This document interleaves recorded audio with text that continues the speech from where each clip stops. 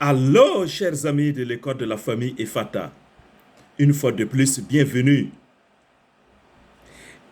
La semaine dernière, j'ai partagé une vidéo sur l'expérience d'une dame.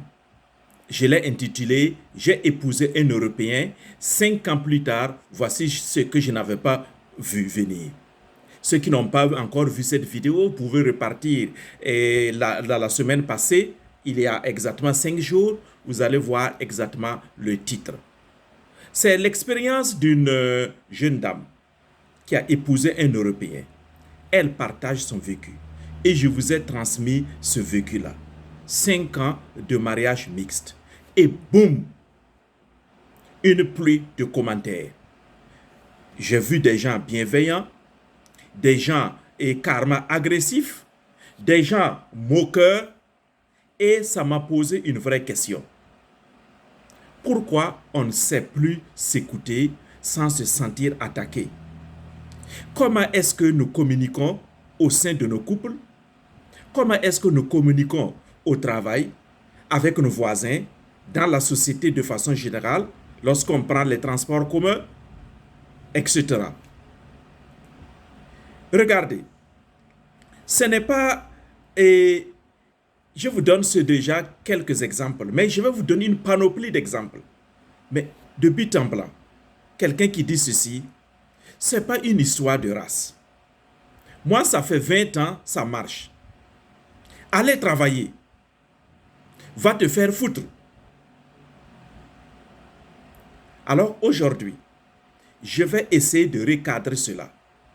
Parce que le problème, ce n'est pas le mariage en général ou le mariage mixte de façon particulière, mais c'est notre manière de communiquer. Si nous communiquons de cette manière-là, et que je vais décrire, dans nos couples, dans nos foyers, je comprends pourquoi il y a multiples conflits et des conflits interminables au sein de nos couples, au travail et dans la société. Petit rappel. Dans ma vidéo, je n'ai pas fait un traité sur tous les mariages mixtes du monde. J'ai partagé simplement le vécu d'une jeune dame, ses blessures, ses surprises, ses apprentissages, son expérience tout simplement. Alors, partager un témoignage, je pense que ce n'est pas attaquer qui que ce soit. Mais beaucoup l'ont compris comme une attaque. Et ça, c'est vraiment un révélateur d'un problème beaucoup plus profond. Et c'est ce problème-là que je veux toucher du doigt à travers cette vidéo avec vous, le problème de la communication. Beaucoup de gens disent que le mariage, la relation amoureuse, le plus important, c'est de savoir communiquer. Mais effectivement, est-ce que beaucoup savent communiquer?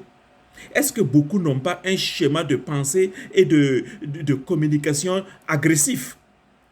Est-ce que beaucoup savent vraiment écouter? Alors, on va aller beaucoup plus loin.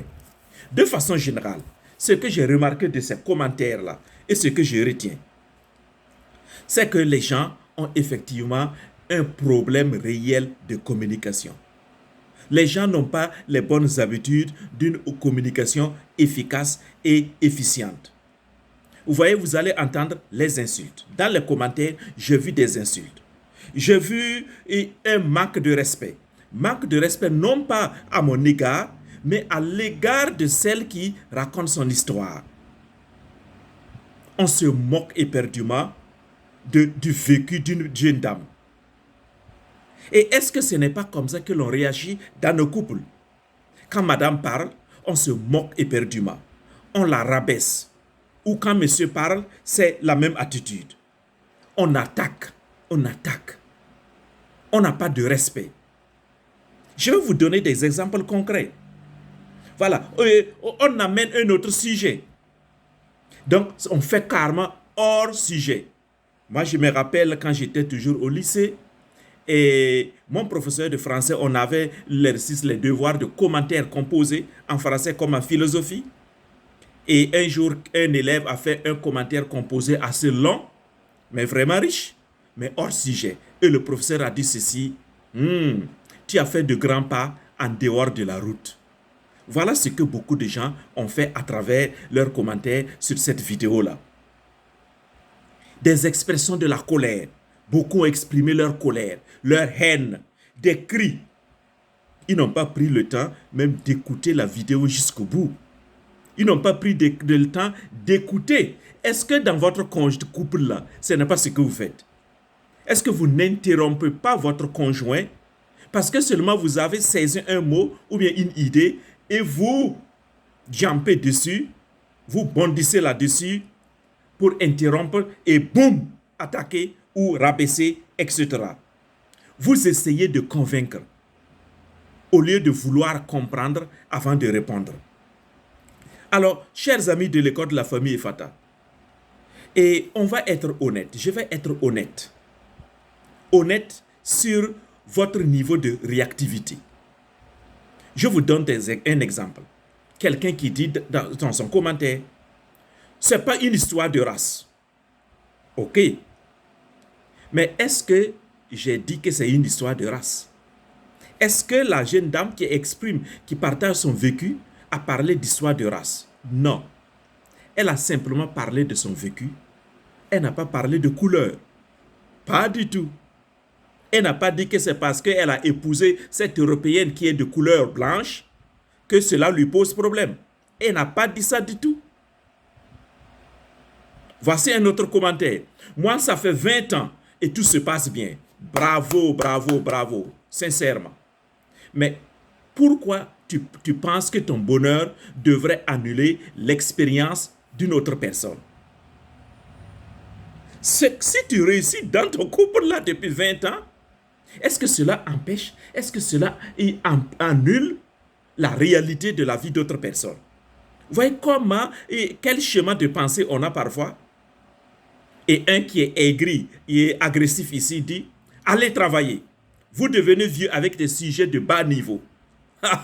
Là, clairement, on n'est plus dans le débat. On est dans le mépris gratuit. Le mépris gratuit revient également dans nos couples, revient dans nos lieux de travail. On méprise, on insulte. Vous voyez le problème, chers amis de l'école de la famille Fata. On ne répond pas pour comprendre. On répond pour avoir raison, pour se défendre, pour attaquer. Et ça, c'est le cancer de nos échanges. Le cancer de nos échanges dans le mariage, dans nos familles, dans le lieu de travail. Et de façon abrupte sur les réseaux sociaux comme YouTube et surtout concernant nos relations. Alors, voici une analyse beaucoup plus approfondie de tous les commentaires que j'ai reçus.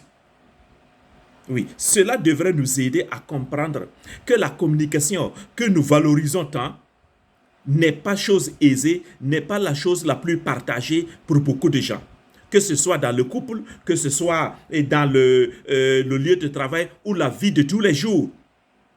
Alors, la première remarque officielle que je fais, c'est la déviation du sujet et les défenses émotionnelles. En lisant vos commentaires, beaucoup de commentaires ne répondent pas réellement aux témoignages que j'ai partagés. Mais ils déplacent ce témoignage vers un débat identitaire ou général. Tu parles avec ton mari, avec ta femme, et tu déplaces le sujet. Est-ce que ce n'est pas ce que tu fais souvent? Et voilà pourquoi il y a des wa et des bonbons dans ton couple. Voici un exemple. Ce n'est pas une histoire de race. Les couples européens, même entre eux, c'est pareil. Avec nos hommes africains, c'est pire. Est-ce que le sujet porte réellement sur une histoire de race?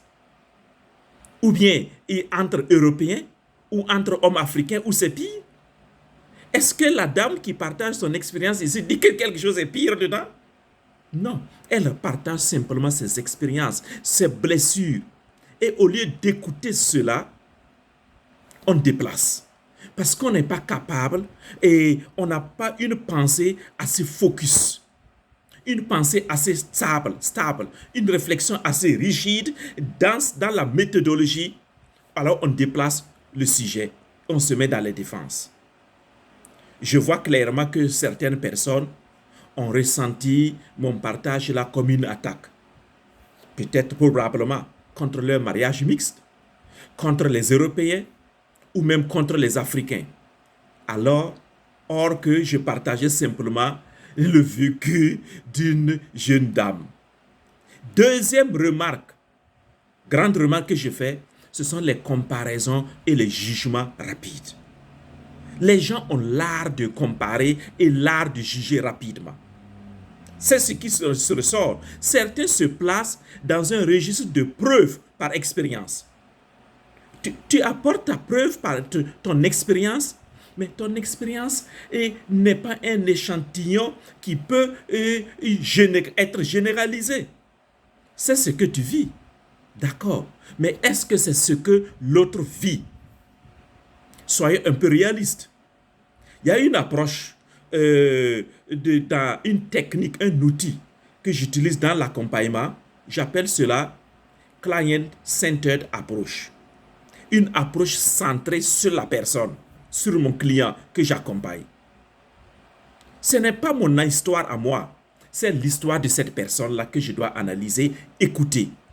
Voici ce que les gens disent. Moi, ça fait 20 ans et tout se passe bien. Oui, bravo, tout se passe bien pour toi. Mais est-ce que cela empêcherait d'autres personnes de partager leurs expériences qui ne se passent pas bien? Je ne pense pas. 40 ans en couple mixte. Les Européens, c'est la sincérité. Tu as fait 40 ans, d'accord. Et tu apprécies bien les Européens, qu'ils sont sincères. Ne sont-ils pas des hommes? Si c'est le même sang rouge qui coule dans leurs veines, je pense qu'on ne peut pas dire à 100% que les Européens aussi sont plus sincères que les Africains ou les Asiatiques. Non. Sur quelle base? Donc, vous voyez comment on apporte des affirmations purement gratuites, mais en partant de son expérience personnelle, comme si son expérience personnelle était la pure des expériences, ou comme si son expérience personnelle était vraiment le modèle par excellence que tout le monde devrait copier. 40 ans d'accord, mais est-ce que même tu es épanoui dedans? Ce n'est pas la durabilité ou la durée dans le couple qui fait la qualité de la relation. J'ai accompagné beaucoup de couples quand ils ont pris l'évaluation de la relation amoureuse, ce que je leur permets de faire. Voilà, on évalue, c'est un outil, l'évaluation de la relation amoureuse. Des gens qui ont fait 46 ans. Et après l'évaluation, ils venaient de découvrir des inepties dans leur couple. 46 ans. Et ils ont compris qu'ils ont cheminé sur de faux. Vous voyez, ce n'est pas le nombre d'années qui fait la qualité d'une relation.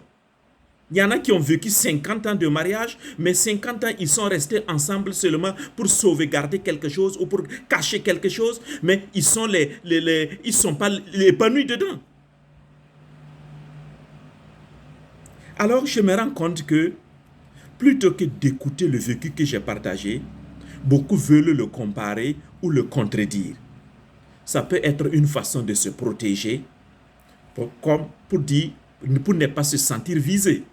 Alors, chers amis de l'école de la famille Fata, avant de continuer, n'oubliez pas, et partagez cette vidéo-là sur la communication relationnelle et attirer beaucoup de gens à cette chaîne de l'école de la famille Fata. Si tu es nouvelle, abonne-toi, active la cloche de notification et mets les j'aime et dépose encore tes commentaires. Ça, c'était la deuxième grande remarque, les comparaisons et les jugements rapides que l'on fait dans le processus de communication avec l'autre.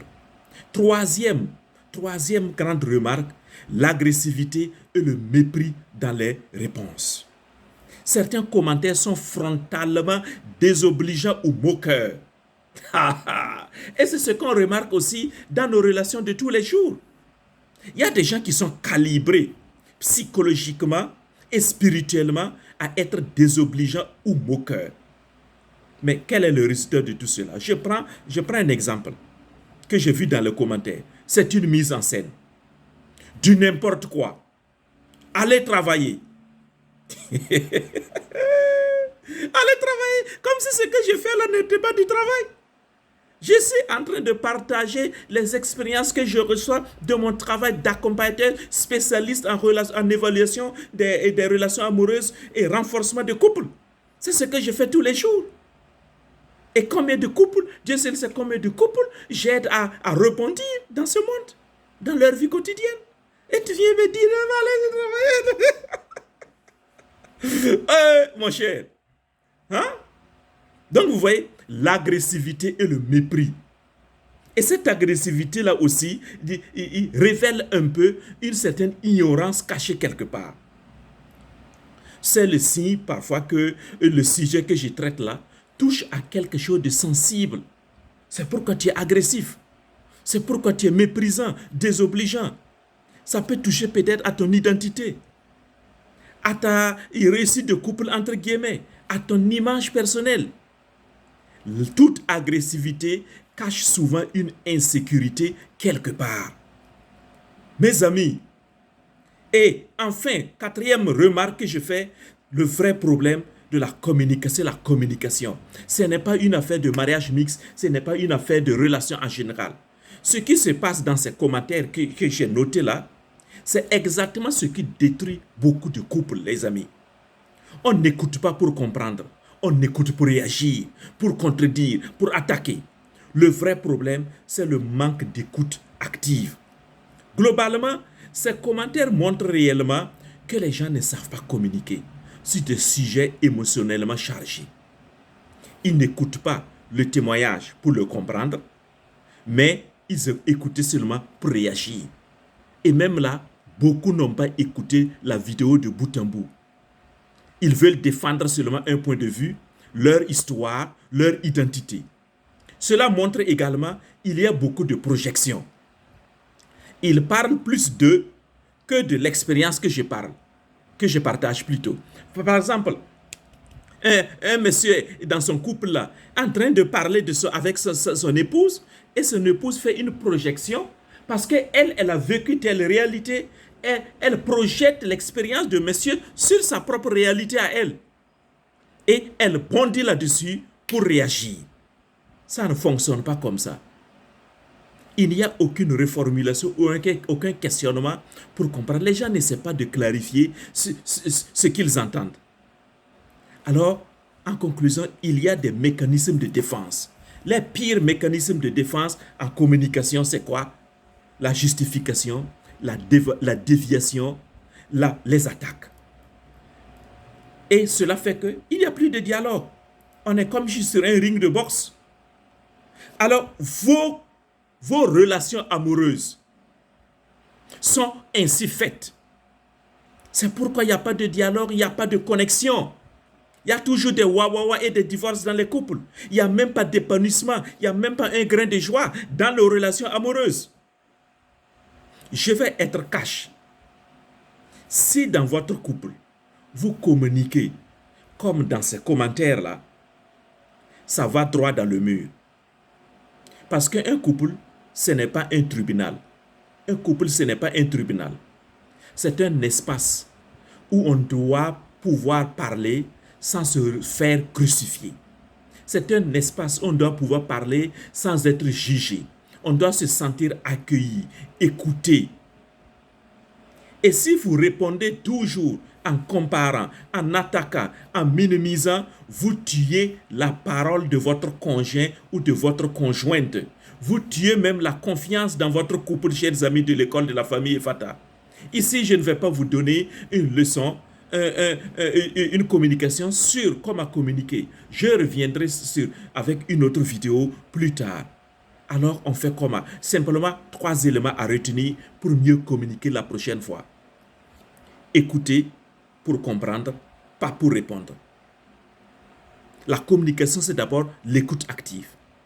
Reformuler avant de réagir. Par exemple, si je comprends bien, tu ressens que ça désamorce tout. 3e élément, arrêtez de comparer les vécus. Arrêtez de juger. Arrêtez de minimiser, de vous moquer. Ce n'est pas parce que ça marche pour toi que l'autre a tort. Les amis de l'école de la famille Fata, voilà juste ce que je voulais dire comme réaction par rapport à vos commentaires. Et ce n'est pas seulement les commentaires sur ma chaîne de l'école de la famille Fata, mais les commentaires que je vois, que je lis aussi sur d'autres vidéos, d'autres créateurs de contenu, d'autres experts aussi. On parle mal, on l'insulte, on se moque. Non. Soyons des adultes jusqu'au bout. Prenons le temps de construire des relations efficaces et épanouissantes et de les entretenir jusqu'au bout. N'oubliez pas de vous connecter, n'oubliez pas de vous abonner, n'oubliez pas de partager la vidéo, déposer vos commentaires et boum, une bonne journée à vous.